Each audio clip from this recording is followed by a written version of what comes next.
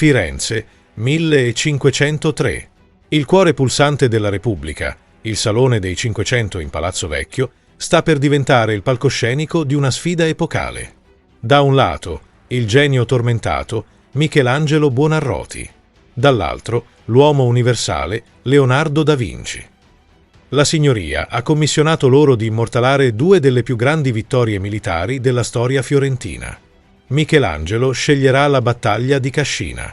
Leonardo, invece, rivolgerà il suo ingegno a uno scontro avvenuto 60 anni prima. Una mischia furiosa di cavalli imbizzarriti, volti deformati dall'urlo di guerra, polvere e sudore. Un groviglio caotico che, nelle sue intenzioni, doveva ridefinire per sempre il modo di rappresentare la guerra. Oggi, di quel capolavoro, non rimane nulla. O quasi. L'affresco di Leonardo è scomparso.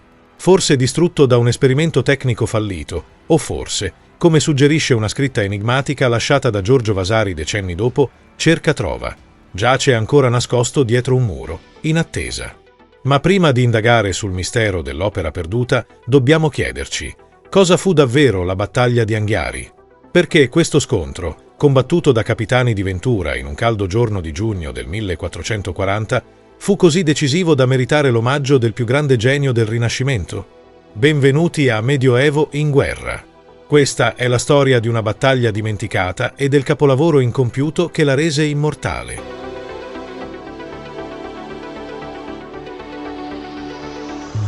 L'Italia delle Repubbliche e dei condottieri. Per comprendere appieno la battaglia di Anghiari, e perché la sua memoria fosse così vitale per Firenze da commissionare a Leonardo il compito di immortalarla, dobbiamo prima immergerci nel complesso e spietato mosaico politico dell'Italia di metà Quattrocento. Nel 1440 l'Italia non è una nazione. È un'espressione geografica, un coacervo di poteri regionali potenti, ricchi e perennemente in conflitto tra loro. Questo è il palcoscenico della cosiddetta pentarchia, un sistema di equilibrio instabile dominato da 5 attori principali: il Ducato di Milano, la Repubblica di Venezia, la Repubblica di Firenze, lo Stato Pontificio e il Regno di Napoli. Al nord, il Ducato di Milano, sotto la guida dell'ambizioso e astuto Filippo Maria Visconti, persegue una politica di egemonia. Il Biscione visconteo cerca di estendere i suoi tentacoli sulla Lombardia, sull'Emilia e di minacciare l'Italia centrale. La sua politica espansionistica è la causa scatenante delle lunghe e logoranti guerre di Lombardia, che vedono Milano contrapposta a un'alleanza variabile, ma spesso capitanata dalla Repubblica di Venezia. Venezia, la Serenissima, ha costruito il suo impero sul mare, lo Stato da Mar, ma da inizio secolo ha intrapreso una decisa espansione nella terraferma per assicurarsi rotte commerciali terrestri e risorse agricole. Questo la porta inevitabilmente a scontrarsi con le ambizioni milanesi. E poi c'è Firenze. La Repubblica Fiorentina è una potenza commerciale e bancaria, governata da una complessa oligarchia di mercanti e banchieri, all'interno della quale sta emergendo il potere di fatto della famiglia Medici, guidata all'epoca da Cosimo il Vecchio. Firenze non ha la vocazione militare di Milano, ma difende con le unghie e con i denti la propria indipendenza e la propria sfera di influenza in Toscana. Per Firenze, l'espansionismo visconteo non è una minaccia astratta, è un pericolo mortale che rischia di accerchiarla e strangolarla. In questo teatro di guerra, gli eserciti non sono composti da cittadini soldato o da leve feudali. La guerra è un mestiere. È l'epoca d'oro dei condottieri. Questi capitani di Ventura sono, a tutti gli effetti, degli imprenditori militari. Guidano eserciti privati, le compagnie di Ventura, reclutando soldati da tutta Europa, italiani, tedeschi, ungheresi, inglesi. Le repubbliche e i ducati non combattono direttamente, stipulano contratti, le condotte, pagando profumatamente questi professionisti per combattere al loro posto. Figure come Francesco Sforza, il Gattamelata e il nostro antagonista, Niccolò Piccinino, diventano attori politici fondamentali. La loro lealtà non è legata alla patria, ma al contratto e, spesso, all'ambizione personale. Come evidenziato dallo storico Michael Mallet, la guerra in questo periodo è un complesso gioco di manovre, assedi e diplomazia, dove la battaglia campale è spesso l'ultima risorsa, poiché una sconfitta significa la distruzione di un capitale umano ed economico prezioso. Le loro compagnie sono organizzate attorno alla lancia, un'unità tattica composta da un cavaliere pesantemente armato, il capolancia, uno scudiero, un paggio e talvolta altri fanti di supporto. La guerra che combattono è scientifica, ma anche soggetta a tradimenti e cambi di fronte repentini. È in questo contesto che ci avviciniamo al 1440. Il Ducato di Milano, sentendosi minacciato dalla coalizione tra Venezia e Firenze, alleata anche con il Papa Eugenio IV, decide di giocare una carta audace. Affida al suo condottiero più abile e aggressivo, Niccolò Piccinino, il compito di portare la guerra nel cuore della Toscana, di colpire direttamente Firenze per costringerla a una pace separata e rompere così l'assedio strategico che la stava soffocando. La campagna del 1440 e lo scontro ad Anghiari. La primavera del 1440 vede l'Italia centrale in fiamme. Niccolò Piccinino, il braccio armato di Filippo Maria Visconti, è in marcia. Il suo obiettivo strategico, come riportano le cronache dell'epoca, tra cui quelle di Neri Capponi, è chiaro: separare Firenze dai suoi alleati, in particolare dalle forze pontificie, e minacciare la città stessa per forzare una resa. Piccinino ha condotto una campagna brillante e fulminea. Ha attraversato l'Appennino e ha messo a ferro e fuoco il Casentino e il Mugello, le valli che circondano Firenze, arrivando a minacciare la città da nord. La Repubblica è in preda al panico. Tuttavia, Firenze non è sola. La sua coalizione, pur messa a dura prova, tiene. L'esercito della Lega, composto da truppe fiorentine, pontificie guidate dal cardinale Ludovico Trevisan e un contingente veneziano, si sta radunando. La chiave della difesa fiorentina è affidata a diversi capitani, ma il comando tattico de facto è nelle mani di condottieri esperti come Micheletto Attendolo, cugino del grande Francesco Sforza, che in quel momento è ambiguamente alleato di Venezia ma non presente, e Neri Capponi, che funge da commissario politico fiorentino. L'esercito della Lega si posiziona strategicamente vicino al borgo fortificato di Anghiari, su un'altura che domina la valle del Tevere. È un'ottima posizione difensiva.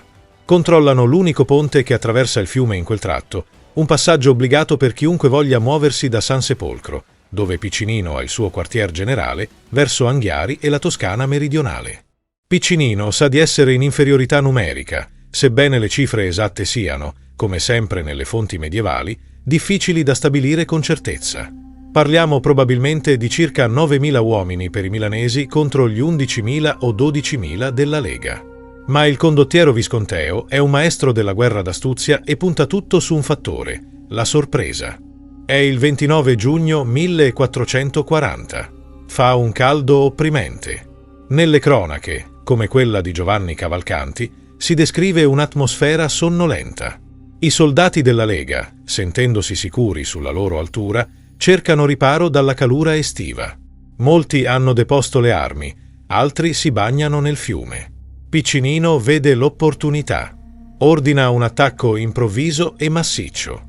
La sua avanguardia, composta dai suoi migliori cavalieri tedeschi e milanesi, carica attraverso la pianura di San Sepolcro puntando dritto al ponte. L'intenzione è sfondare le difese, cogliere i fiorentini impreparati e travolgerli prima che possano organizzare una linea di battaglia. La battaglia inizia nel caos. L'allarme risuona nel campo della Lega. La polvere sollevata da migliaia di zoccoli oscura il sole. I milanesi colpiscono con una violenza inaudita. Secondo le fonti, i primi a resistere all'urto sul ponte sono gli uomini di Micheletto Attendolo e le truppe pontificie. Il ponte è stretto, un collo di bottiglia che, se da un lato favorisce l'attacco concentrato dei milanesi, dall'altro impedisce loro di dispiegare la loro superiorità numerica iniziale. Per ora, la battaglia si concentra in questo spazio angusto. È una mischia furibonda, uomo contro uomo, cavallo contro cavallo. È esattamente questa la scena che Leonardo, decenni dopo, cercherà di catturare nel suo cartone, la pazzia bestialissima della guerra. Mentre l'avanguardia milanese è bloccata sul ponte, il resto dell'esercito della Lega ha il tempo di armarsi e schierarsi sulle pendici di Anghiari. Neri Capponi e il cardinale Trevisan riorganizzano le file. Ma la svolta tattica è di Micheletto Attendolo. Attendolo, vedendo i milanesi logorati dallo sforzo e bloccati nel pantano della battaglia sul ponte, organizza una massiccia controcarica di cavalleria pesante. Non li affronta frontalmente, ma li aggira sul fianco, probabilmente guardando il fiume in un punto meno difeso o utilizzando un contingente di fanteria per aprire un varco. La carica della cavalleria fresca della Lega colpisce il fianco delle truppe di Piccinino, che sono ancora impantanate nel tentativo di forzare il ponte. L'impatto è devastante. La linea milanese, stanca, accaldata e colta di sorpresa da questa manovra, si spezza. Quello che era un attacco audace si trasforma in una ritirata disordinata e poi in una rotta. I milanesi fuggono verso San Sepolcro, abbandonando stendardi e armi. La battaglia, durata forse 4 ore, è vinta. La vittoria fiorentina è totale, anche se, come vedremo, il bilancio delle vittime sarà oggetto di molte discussioni successive. Conseguenze della battaglia e la pace italiana. La polvere si posa sulla piana di Anghiari, rivelando una vittoria fiorentina schiacciante. Ma che tipo di vittoria è stata? È qui che la storia militare incontra la sua successiva interpretazione. Circa 60 anni dopo, Niccolò Machiavelli, nel suo Storie fiorentine, descriverà la battaglia con sarcasmo sferzante. Scriverà che in uno scontro così lungo e furioso non morì se non un uomo, il quale non di ferite o d'altro virtuoso colpo, ma caduto da cavallo e calpesto spirò. Questa affermazione di Machiavelli è, quasi certamente, un'iperbole polemica. Non era un resoconto storico, ma un attacco politico. Machiavelli disprezzava l'uso delle truppe mercenarie, che considerava inaffidabili, costose e inclini a evitare lo scontro decisivo per preservare il loro capitale umano. La sua era una critica al sistema bellico italiano, non una cronaca letterale. La realtà della battaglia fu diversa. Sebbene le vittime tra i cavalieri corazzati, gli uomini d'arme, fossero probabilmente poche, era più comune essere catturati per ottenere un riscatto che essere uccisi. Le perdite tra la fanteria, i cavalli e gli ausiliari furono certamente significative. Ma il vero colpo per Niccolò Piccinino non fu la perdita di uomini, quanto la perdita di status, equipaggiamento e, soprattutto, degli stendardi. Come sottolinea lo storico militare Piero Pieri, fu una sconfitta strategica e morale innegabile. Le conseguenze immediate furono decisive. L'esercito milanese era in rotta. L'audace campagna di Piccinino per isolare e sottomettere Firenze era fallita miseramente. La minaccia diretta alla Repubblica fu sventata e l'influenza viscontea sull'Italia centrale subì un colpo durissimo. La vittoria permise a Firenze di consolidare i propri confini toscani, riaffermando il proprio dominio sulla regione. Sul piano interno fiorentino, la vittoria fu un trionfo per la fazione dominante. Cosimo de' Medici, che era tornato dall'esilio pochi anni prima, vide il suo prestigio e quello del suo regime salire alle stelle. La guerra era stata costosa, ma la vittoria la giustificava, mettendo a tacere i suoi oppositori e cementando il controllo mediceo sulla macchina repubblicana. Nel contesto più ampio della penisola, la battaglia di Anghiari fu uno dei tanti scontri estenuanti delle guerre di Lombardia. Non pose fine al conflitto immediatamente, ma contribuì a un lento processo di logoramento. Dimostrò che l'espansionismo visconteo poteva essere fermato.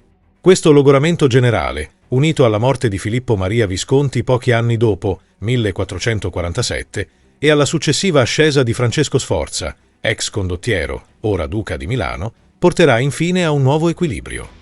Questo equilibrio sarà sancito nel 1454 dalla Pace di Lodi.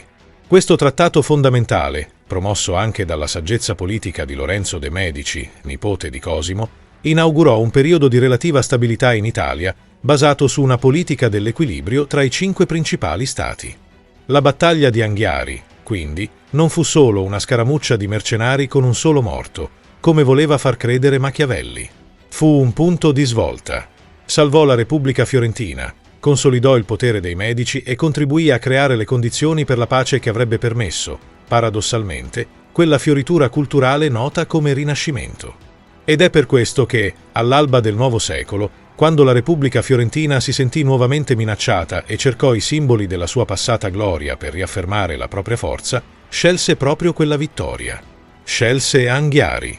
E per celebrarla si rivolse all'uomo che meglio incarnava il genio di quell'epoca, Leonardo da Vinci. Il genio al lavoro, Leonardo e il Salone dei 500.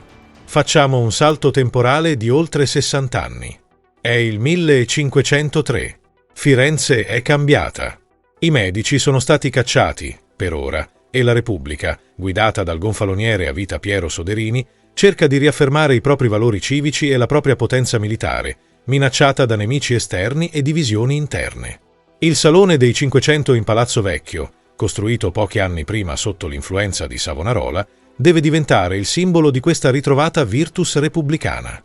La Signoria, su probabile consiglio di Machiavelli, che all'epoca è segretario della Seconda Cancelleria, decide di commissionare 2 opere monumentali per celebrare le vittorie militari della Repubblica. L'incarico è titanico e viene affidato ai 2 più grandi artisti viventi, dando vita a quella che Benvenuto Cellini definirà la scuola del mondo. A un artista più giovane, ma già acclamato come il maestro assoluto della scultura dopo il suo David, Michelangelo Buonarroti, viene affidata la battaglia di Cascina del 1364. A Leonardo da Vinci, tornato a Firenze dopo il suo lungo periodo milanese al servizio di Ludovico il Moro, viene assegnata la battaglia di Anghiari. È una sfida senza precedenti. I 2 giganti del Rinascimento lavorano nello stesso palazzo, in stanze separate, studiando i loro cartoni, i disegni preparatori a grandezza naturale. La rivalità tra i 2 è nota. Come riporta l'anonimo Gaddiano, i 2 non si amano. Michelangelo, scultoreo e tormentato, considera Leonardo fumoso e incostante. Leonardo, filosofo e scienziato, guarda con sufficienza all'approccio più manuale del rivale. Ma è nell'approccio al tema che la differenza esplode. Il cartone di Michelangelo per Cascina, che conosciamo solo da copie, celebra il momento prima della battaglia. I soldati fiorentini, colti di sorpresa mentre fanno il bagno nell'Arno, si rivestono precipitosamente. È un trionfo dell'anatomia, un inno al corpo umano eroico e nudo, teso nello sforzo. Leonardo sceglie l'esatto opposto. Rifiuta l'eroismo statico.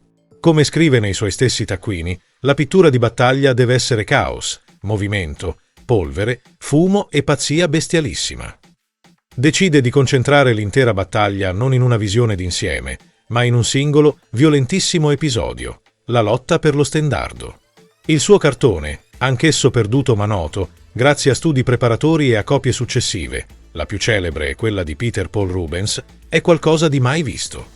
È un groviglio inestricabile di 4 cavalieri e 3 cavalli. I volti degli uomini sono maschere deformate dalla rabbia, quasi indistinguibili dai musi urlanti delle bestie. I cavalli si mordono, si impennano, si calpestano. È pura energia dinamica, uno studio psicologico della furia bellica che trascende la semplice cronaca dell'evento. Ottenuto l'incarico, Leonardo inizia a lavorare sulla parete est del salone. Ma il maestro non è un frescante tradizionale. L'affresco, la tecnica che impone di dipingere rapidamente sull'intonaco umido, non si addice al suo metodo. Leonardo ha bisogno di tempo per i suoi sfumati, per le sue velature, per tornare più volte sul dipinto. Decide quindi di sperimentare. Ossessionato dagli scritti degli antichi, in particolare da un passaggio di Plinio il Vecchio, tenta di far rivivere la tecnica perduta dell'encausto. Questa tecnica prevede l'uso di pigmenti mescolati a cera, che devono poi essere fissati alla parete tramite il calore. Nell'estate del 1505 inizia l'esperimento. Stende i suoi colori a base di cera e olio sulla porzione centrale, la lotta per lo stendardo. Poi, come descritto nelle fonti, tra cui l'anonimo Gaddiano e poi Vasari, accende dei grandi bracieri alimentati a legna per far asciugare e fissare l'opera. L'esito è catastrofico. Il calore non è uniforme. Forse la distanza dei bracieri dalla parte alta del dipinto è eccessiva. La cera nella parte superiore non si fissa e inizia a colare, trascinando con sé i pigmenti. La parte inferiore, troppo vicina al fuoco, si secca troppo rapidamente, cuocendo i colori e facendoli crepare. Leonardo, di fronte al disastro tecnico, vede il suo capolavoro sciogliersi letteralmente davanti ai suoi occhi. È un fallimento umiliante. Nel 1506, con una scusa, accetta un invito del governatore francese a Milano e abbandona Firenze, lasciando la sua battaglia di Anghiari tragicamente incompiuta e già in rovina. Cerca trova, il mistero dell'affresco perduto. L'opera rovinata di Leonardo, la sua lotta per lo stendardo, rimase visibile, seppur danneggiata e incompiuta, nel Salone dei 500 per circa mezzo secolo. Nonostante il fallimento tecnico, divenne meta di pellegrinaggio per artisti come Raffaello e lo stesso Rubens, che la studiarono e la copiarono, affascinati da quella composizione così dinamica e terribile. L'opera di Leonardo, pur imperfetta, aveva già cambiato la pittura di battaglia. Poi, nel 1555, Cosimo I de' Medici, ora duca di Firenze, decide di trasformare radicalmente il salone. Vuole cancellare il ricordo della vecchia Repubblica e celebrare la gloria della sua casata. L'incarico viene affidato a Giorgio Vasari, architetto, pittore e, soprattutto, primo grande storico dell'arte. Vasari è un ammiratore sfegatato di Leonardo. Nelle sue vite definisce il cartone di Anghiari stupendissimo e miracoloso. L'idea di dover distruggere ciò che restava del capolavoro del suo idolo per far posto ai suoi stessi affreschi, che celebrano le vittorie militari di Cosimo I, doveva essere per lui un tormento. Il salone viene completamente ristrutturato. Il soffitto viene alzato, le pareti ridecorate. Gli affreschi di Vasari, che oggi ammiriamo, coprono l'intero spazio. Della battaglia di Anghiari di Leonardo e della battaglia di Cascina di Michelangelo, mai andata oltre il cartone, non rimane più traccia. Per secoli si è dato per scontato che Vasari avesse semplicemente scalpellato via l'opera danneggiata di Leonardo prima di dipingere la sua. Ma nel XX secolo un dettaglio quasi invisibile riaccende il mistero. Su un piccolo stendardo verde dipinto da Vasari in una delle sue scene di battaglia, in alto, quasi illeggibile, si trova una scritta enigmatica «Cerca trova». Cosa significa? È un motto generico o è un indizio lasciato deliberatamente da Vasari? È un messaggio per i posteri, un invito a cercare qualcosa dietro il suo stesso dipinto? L'ipotesi che ne scaturisce è tanto affascinante quanto controversa. Vasari, incapace di distruggere l'opera del maestro, avrebbe potuto costruire una nuova parete, una controparete, a pochi centimetri di distanza da quella di Leonardo, proteggendo così l'affresco rovinato come in uno scrigno. Questa tecnica, peraltro, era già stata utilizzata da Vasari stesso in altre occasioni per preservare opere precedenti che riteneva di valore. Questa teoria ha dato il via a una delle più complesse cacce al tesoro della storia dell'arte. Negli anni 70, e poi in modo più massiccio all'inizio degli anni 2000, guidati dall'ingegnere e storico dell'arte Maurizio Seracini, sono state condotte indagini scientifiche sofisticate. Utilizzando radar e termografia, i ricercatori hanno effettivamente identificato un'intercapedine, uno spazio vuoto, proprio dietro il muro dove Vasari dipinse la sua Battaglia di Marciano, il punto esatto dove Leonardo avrebbe dovuto dipingere la sua opera. Le indagini si sono spinte oltre. Con il permesso delle autorità, sono state inserite delle microsonde endoscopiche attraverso piccole crepe e fori praticati in punti non decorati dell'affresco di Vasari.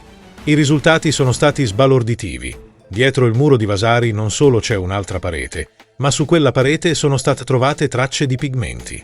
In particolare, è stato rilevato un pigmento nero con una composizione chimica identica a quella trovata sulla Gioconda e sul San Giovanni Battista, una ricetta che, secondo i ricercatori, solo Leonardo avrebbe usato in quel periodo.